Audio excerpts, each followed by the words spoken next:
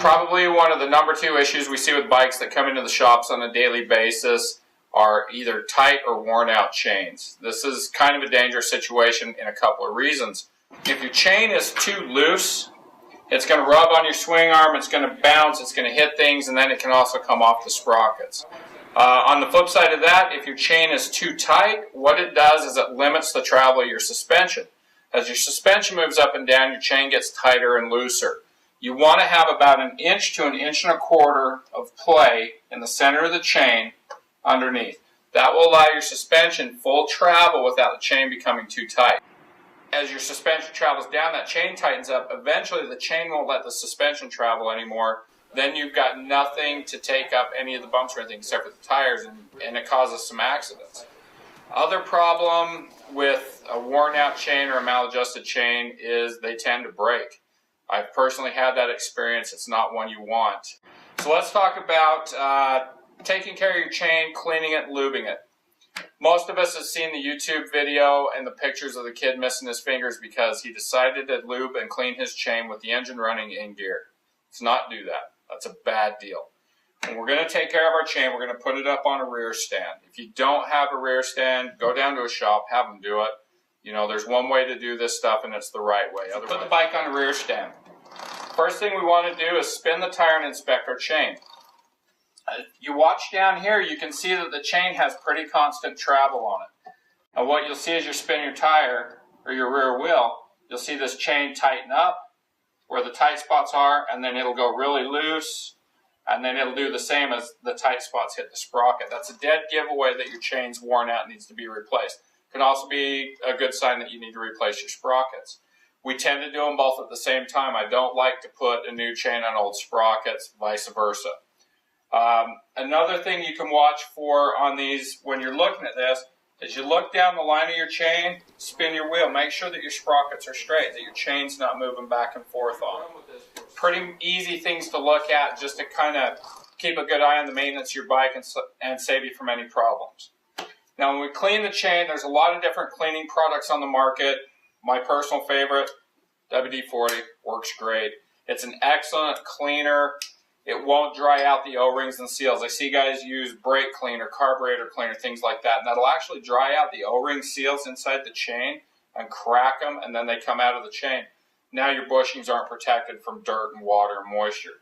So we like to use a WD-40.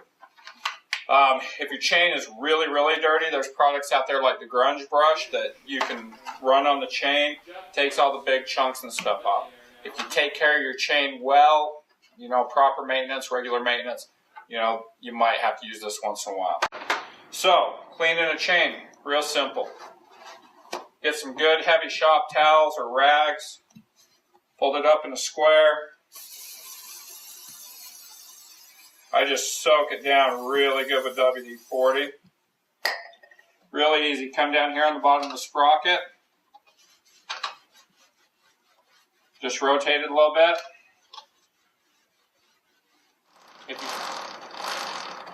You can hear the sound of that chain now because it's clean and we've kind of removed a lot of the lube and stuff. On street bikes, I like to use a dry lube or a wax type lube because it doesn't fling oil off all over your bike. It doesn't attract more dirt and dust. Don't use grease, don't use engine oil, don't use 3-in-1 oil. Use a proper chain product. My personal favorite, Spectro Z Clean. It works really well, it's long lasting. You can get it in the big can for around your garage or your shop. You can get these little cans for when you can throw it under the tail of your bike. That way if you get caught out in a rainstorm or some bad weather, you can lube your chain up. So what I like to do is hold back, spin the tire, spray the entire top system of the chain, come underneath here, spray the bottom, so I get a good even coat on it, and protect the sides as well. Cleanup's real simple. You just come in with your shop rag, wipe up the mess. Cleaning up after you lube the chain is pretty important because all this stuff is going to want to attract dirt, and that's kind of the enemy of the chain that we're trying to cure here. I know some of you have colored chains or gold chains and you really like the way they look and you don't want this white lube on them. You can come over when you're done, Real easy, you just wipe the lube off the outside of the side plates because you don't need to have lube on the outside of the side plates.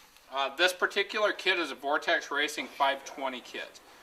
It's an aluminum rear sprocket, steel front. It's downsized from the stock one, which is 525s and 530s on most bikes. What you want to watch when you're inspecting your chain is you want to look at the teeth on your rear sprocket. Front sprockets are steel and generally hold up quite a while. You want to inspect these teeth. Make sure they're wearing evenly and that you're not missing any teeth.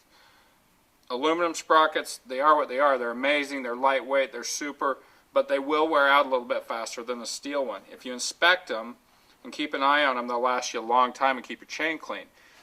Most of the kits out nowadays, like this Vortex kit, are extremely high quality. They'll get you a lot of miles. This is Kelly Rees for Ignite Media and Trackstar Racing. I hope you've learned something. If you've got any questions, you can find us all on Facebook.